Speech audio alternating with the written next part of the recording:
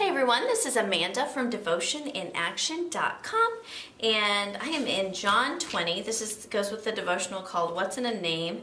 It's this section of scripture where Mary goes to the tomb of Jesus and finds the angels there and realizes that Jesus is no longer in the tomb, and the angels say that he is risen, and she is going to go tell everyone, and Jesus encounters her in the garden, and she does not recognize him until he says her name. So if you want to hear more about this devotional, I'll link to that in the description box. But what I've done here is I've got this free printable, and I'll link to that as well in the description box. But this is the one for John 20, and this is the one for John 21.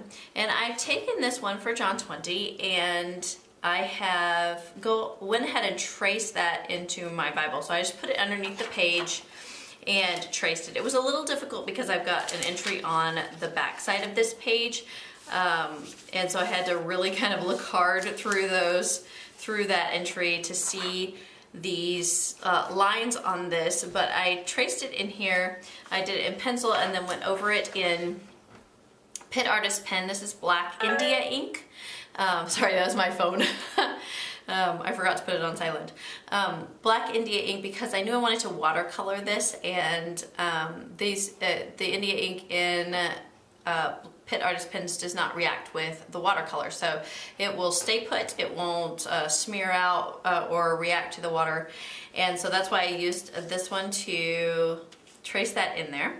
And then we're just going to watercolor this today and have some fun with some watercolors. I've got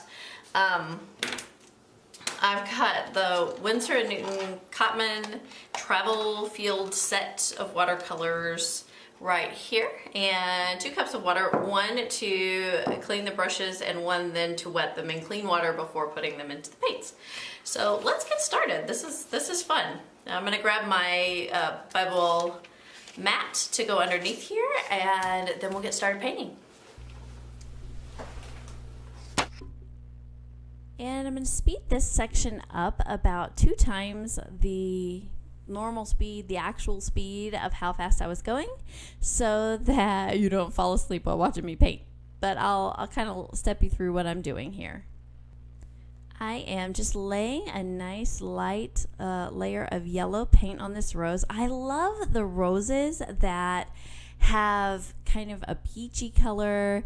They go a little more yellow on the outside of the petals and toward the inside of the petal where it attaches to the leaf, or underneath the folds. It's redder in there, and so kind of a two-tone rose. And that's what I wanted to try on this watercolor playing around session today in John 20. And so now I laid that yellow on there, and I did not gesso this page. A lot of times I do, and I just didn't do it this time. I don't know why. But it did not bleed through. The watercolor did not bleed through. There's some ghosting on the other side, but it's really not bad at all, and it did not bleed through the page. Bible pages are thin, though, and they react to water and watercolors differently than watercolor paper does. So it is going to kind of wrinkle up with that water on it. And if you get a lot of water on there, you could actually, kind of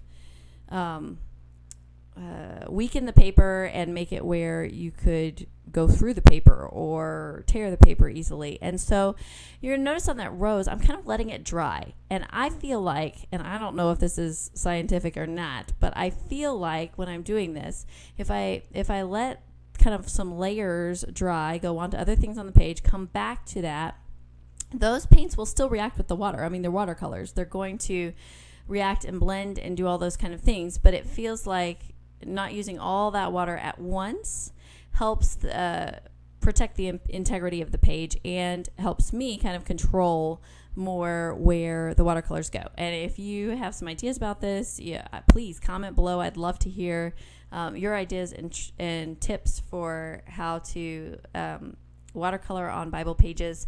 But I'm going to come in with some of this red and start to add that peachy color to this yellow. And you'll see me time and time come back to this rose, and I'm trying to get kind of a darker red under where the petals fold back. And initially, when I was doing this, I was not super happy with it. I didn't really care for how it looked very much. And so this is an encouragement to you. If you don't like it, keep adding to it, especially watercolors. You add layers to it, and you add depth to it when you keep adding to it. And so a lot of times I think those of us who aren't formally trained, who haven't taken classes on this, we think, oh, I'm just not good at this, and we stop before it's done. So God isn't stopping on us before we're done, so don't stop on your art before you're done. If you don't like it, keep going, because I ended up really, really liking this page when I got done, and at this point, where I am right now in the video, I did not care for it. So you can see I have also just laid down a light color green on the leaves. I'm going to do the same thing there that I'm doing to this rose. Kind of let it dry, come back, do some more layers. I'm trying to get wherever it folded, wherever those leaves get fold back and create a shadow, the deep inner part of the rose to be a deeper color red than the rest of the rose, and go out more to the yellows on the edges of the petals. Eventually, the only way I was able to do this was to get very, very, very little water. I mean, almost a dry brush in the red color that I'm using, and really come in and create, you could see the brush strokes in it, a red in those places where I wanted that really dark red, especially where the leaves would turn back, and then take a very slightly damp brush and blend that in, and that ended up working. So you'll see me do that in a minute. These letters, the word art on the word what's, have hashes in them, and you could take a very fine brush and go into those tiny little spaces and make different colors in between those, but I just wanted to stand out with kind of the red of the deep red of the rose, and so I just colored those all in watercolor with that red watercolor along there. But you could do something really fancy, I guess. You could alternate colors. You could make a rainbow inside of those letters. There are some tiny little spaces there that you could really do some intricate work in if you wanted to. I wanted these words to just kind of pop off the page a little bit with that red. And one thing I will say that I never thought about before I started really Bible art journaling a lot is using the same color repeatedly. Taking just a few colors that you use on a page and repeat those colors, maybe 2 or 3 colors, like the red, the yellow, and the green. Now I'm using different values of those, different shades of them in my leaves to create some depth, different shades of them in the rose to create some realism and some depth, but they're basically the same 3 colors: yellow, red, and green are used on this page. And if you choose 3 colors and you repeat those 3 colors, it makes your page look more finished, more like an artist would do instead of like a non-artist like me would do typically. So that's just something I've learned along the journey, and maybe it'll help you if you've never really thought about that before as well. So I took a dark green and really kind of followed along the bottom edges where the shadow of these leaves, where the shadow would be, and the veins of the leaves. And that really kind of adds more realism to the leaves. I mean, things in real life are not all one color. They're different shades, and the shadows and the light hit them different ways. And then this box around the diamond that surrounds in, I'm filling that in with red. And I did not like the stark contrast between the bright yellow and the bright red right here. And so I wanted to kind of blend in that red like I'm blending in the rose. But I got way too much water. It got dark fast and little too much water. So I'm going to grab a paper towel and just blot that a little bit. Just get a little of that water, a little bit of that pigment off of there. And I really liked it after I did that. It was just a little too dark because I got too much water going there. So fixable. Almost every problem is fixable. You just have to keep going at it. So here is what I was talking about, getting that really deep red under the edges of those folds. Excuse me. And you can see there, you can see a little green coming through the rows. That is actually from the other side of the page. I didn't prep the page, so you can see as the page got wet, we could see the green from the entry on the other side of the page. But the more watercolor I added to this page, you can't see it anymore. It's perfectly fine and you can't see it. Again, I say, don't stop before you're done. Now, I looked at it and I'm like, ooh, I really like this page. This is nice.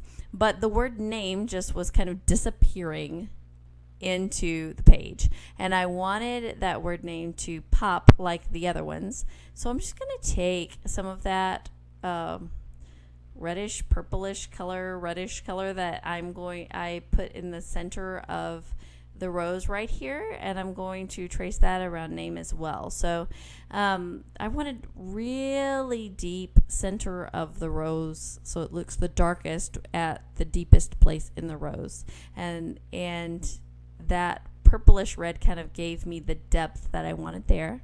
And then just tracing over these letters, it really I just turned a flat brush sideways and just drag, not super wet brush, really kind of barely damp with that color on it. Drag it up and down those lines of that word, and it really starts to pop out more. And it gives it as much visual weight as the other words on the page, I think now, whereas before they were really kind of taking center stage, and now you can see the word name as well. So this is basically the page. Let's take a close-up look at it. Let's take a look here, see if we can get it good up close. There we go. What's in a name? It says John 20. Nice up-close view of that. There we go. Thanks so much for watching.